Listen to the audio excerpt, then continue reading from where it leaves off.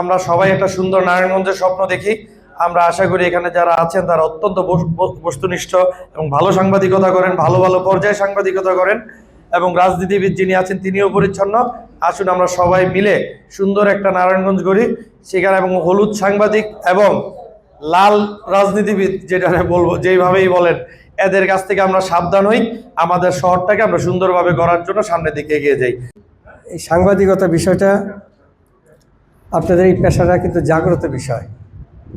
আমরা যারা সংবাদের সাথে সম্পৃক্ত থাকি যে কিভাবে সংবাদ আসছে, কিভাবে সংবাদ যাচ্ছে, কিন্তু আপনারা কিন্তু সংবাদ তৈরি করেন না, সংবাদ পরিবেশন করেন।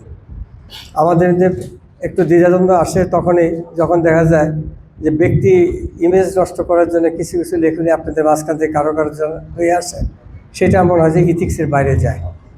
আমরা আশা করব যে আপনারা একটা নোবেল প্রফেশনে আছেন, আপনাদের এই পেশাটা অত্যন্ত সম্মানজনক এবং অত্যন্ত দায়িত্বশীলতা বহনের একটি অংশ। কারণ একটা সময় ছিল মানুষ রেডিওতে পত্রিকাতে খবরাখবর জানত, এখন আপনাদের এই ইলেকট্রনিক মিডিয়ার যুগে কিন্তু আপনার টিভির মাধ্যমে, অনলাইনের মাধ্যমে যে সমস্ত বিষয়গুলো ভাইরাল হচ্ছে, এতে কিন্তু আপনারা সমাজ গঠনের জন্য একটা সাংগঠনিক দায়িত্বের অংশ এটা রয়েছে। সমাজকে সাংগঠনিকভাবে শক্তিশালী করার জন্য আপনার এখন দায়িত্বের একটা অংশদার। কারণ আপনাদের এই মেসেজগুলোর উপরে সমাজ অনেকখানি অনুপ্রাণিত হয়, অনেকখানি তারা আত্মস্থ হয় এবং সমাজ অনেকখানি নির্ভরশীল হয়ে পড়ে। অতএব আপনাদের এই যে স্বাধীনতা, এটা মনে রাখতে হবে যে এই দেশে একসময় স্বাধীনতা ছিল এরকম যে 4টি পত্রিকা ছাড়া আর কোনো পত্রিকা ছিল না, সংবাদ মাধ্যমে কোনো গণতান্ত্রিক পরিবেশ ছিল না। আজকে আপনারা মুক্তভাবে যেভাবে নিজেদেরকে আপনাদের উপস্থাপনা করতে পারেন, এই নিরাপত্তা বোধটাকে কিন্তু আপনাদেরকে স্মরণ রাখতে হবে যে আজকে আপনারা স্বচ্ছন্দভাবে, স্বাচ্ছন্দ্য সহকারে আপনারা নিজেদের অবস্থানকে আপনারা ধরে রাখতে পারছেন। এটা আমার সংবিধান, সরকার, সমাজ, আপনার সকলের কিন্তু আমাদের কাম্য বিষয়। আমরা প্রত্যেকেই চাইব এই জিনিসটা আমাদের মধ্যে বলবৎ থাকুক। কারণ সামাজিক একটা দায়িত্ববোধের একটি অংশ, এটা একটা প্ল্যাটফর্ম। রাজনৈতিকভাবে আমরা হয়তো এক একজন এক এক রকম আদর্শে অনুপ্রাণিত হতে পারি, যার যার রাজনৈতিক আদর্শ ভিন্নতা থাকবে, এটা গণতান্ত্রিক অংশেরই একটি গণতান্ত্রিক চর্চা।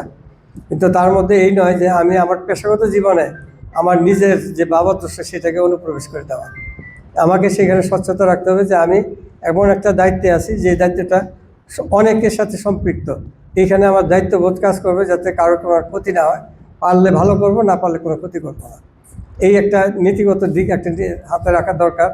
এবং আরেকটা জিনিস আছে আপনাদের মধ্যে, যেটা হলো যে আপনারা আসলে প্রকৃত অর্থে আপনারা যারা সত্যিকার অর্থে আপনারা এই পেশার সাথে আন্তরিকভাবে আছেন, কিন্তু আপনাদের একটা লিমিটেশন থাকা দরকার। ডে বাই ডে আপনাদের সংখ্যা কতজন বাড়ছে, এইখানে আপনার কোয়ালিটিটা আমাদের বুঝতে হবে যে আপনি কী ধরনের ম্যানারিজম আশা করবেন যারা আসতেছে। এখানে যদি আপনার একটা কোয়ালিটি কন্ট্রোল না থাকে, তাতে মেধা সম্পন্নতার সম্বন্ধে যদি সাংগঠনিকভাবে আপনাদের তদারকি না থাকে, একদিন আপনাদেরই বুমেরাং হয়ে যাবে। কারণ তারা একদিন সংখ্যাগরিষ্ঠ হয়ে যাবে এবং আপনারা তখন একদিন সংখ্যালঘিষ্ঠ হয়ে যাবেন।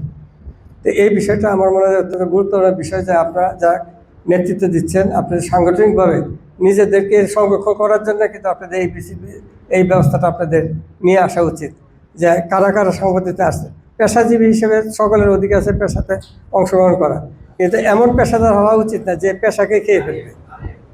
তো এই যে পেশাকে বিনষ্টকারী যারা আছে তাদের সম্বন্ধে আপনাদের কথা শুনতে হয় যে হলুদ সাংবাদিক। এই হলুদ শব্দটা আপনাদের দ্বারা সৃষ্টি এবং আপনারাই কিন্তু কষ্ট ভোগ করতেছেন, এবং আমাদেরকে এই কথাটা বলার জন্য আপনারাই কিন্তু উপাত্ত তৈরি করে দিচ্ছেন। অতএব আমাদেরকে কিন্তু আপনারাই পরিচালিত করতেছে আপনাদের বিপক্ষে যাওয়ার। তা আমি আশা করব যে আমাদের এই যে সামাজিক দায়িত্ববোধের অংশটা সঠিকভাবে আমরা সংবাদ পরিবেশন করব। বিশেষ করে আপনাদের একটা ক্রিটিক্যাল স্টেজ আছে অন্যান্য মিডিয়ার থেকে, কারণ আপনারা কিন্তু অন দি স্পট আপনাদেরকে নিউজটা নিতে হয়। এই যে অন দি স্পট আপনার প্রেজেন্স, মানে একটা ঘটনা ঘটতেছে, সেটা এমন হতে পারে জীবনহানিকর হইতে পারে, বা জীবন বিনাশকারী একটা ঘটনা ঘটছে, সেখানে আপনাকে এই বিষয়টাকে তুলে ধরে আনতে হবে। যে আপনার জীবনের জীবন নাশের সম্ভাবনা থাকে সেখানে 100বার। এই যে এত বড় একটা গুরু দায়িত্ব আপনি নিচ্ছেন, যে আপনার নিজেকে বিপন্ন করে নিয়েও কিন্তু অনিশ্চিততার মধ্যে আপনি যাচ্ছেন, তা আপনাকে তো নিজেকে সংরক্ষণ করবেন, তারপর তো আপনি অন্যকে দিতে পারবেন।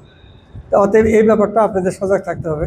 সমস্ত জায়গায় যাওয়ার আগে বুঝতে হবে যে কোনটা মেকিং গেম, কোনটা ভাইরাল গেম, কোনটা টিকটক, কোনটা সত্যিকার অর্থে এই জনসমাজের জন্য প্রয়োজনীয় বিষয়। এই বিষয়গুলো নোটিফিকেশনে রাখলে পরে আমার মনে হয় যে আপনাদের গণমাধ্যমটাই আপনাদের শক্তিশালী হবে।